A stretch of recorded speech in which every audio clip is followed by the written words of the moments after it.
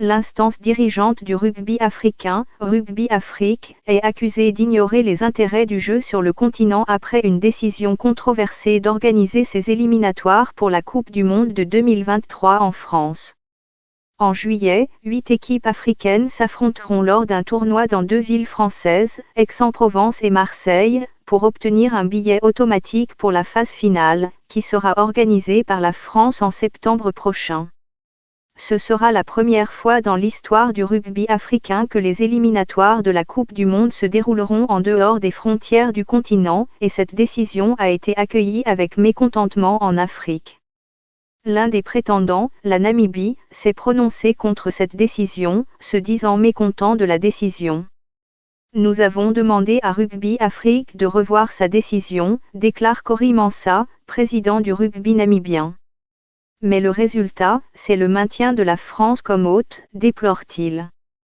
Le Kenya et le Zimbabwe ont présenté des candidatures que l'organisme continental a qualifiées de solides, mais il a décidé d'attribuer les droits d'organisation à la France. Notre objectif principal est de continuer à grandir, à progresser et à prendre la place qui nous revient sur la scène internationale, déclare Rugby Afrique dans un communiqué. En collaboration avec nos membres et nos partenaires, Rugby Afrique doit inventer de nouvelles façons et créer de nouvelles opportunités pour augmenter ses revenus et les redistribuer dans le rugby africain, déclare l'instance sportive africaine. Il n'y a pas la moindre justification pour emmener ce qui est notre plus grand tournoi dans un pays européen.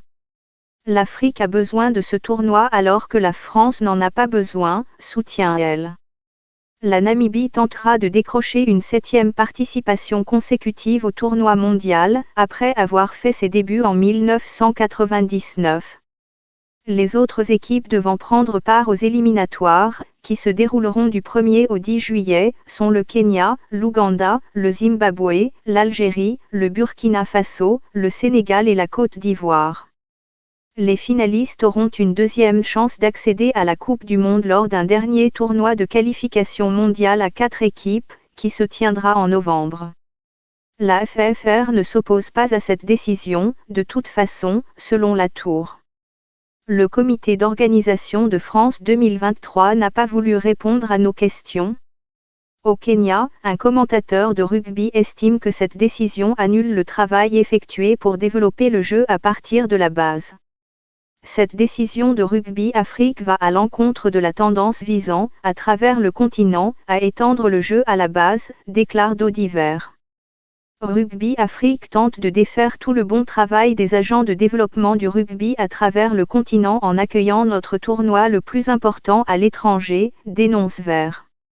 Un sponsor officiel de Rugby Afrique, APO, a joint sa voix aux critiques. Nous pensons que la décision n'est pas dans le meilleur intérêt du rugby africain. On ne peut que se demander si d'autres intérêts ne sont pas en jeu, et s'inquiète son président et fondateur, Nicolas Pompigne-Mognard. Cet événement prévu en France est considéré comme un tremplin pour lancer une nouvelle dynamique de génération de revenus, qui nous aidera à nous développer, déclare Rugby Afrique.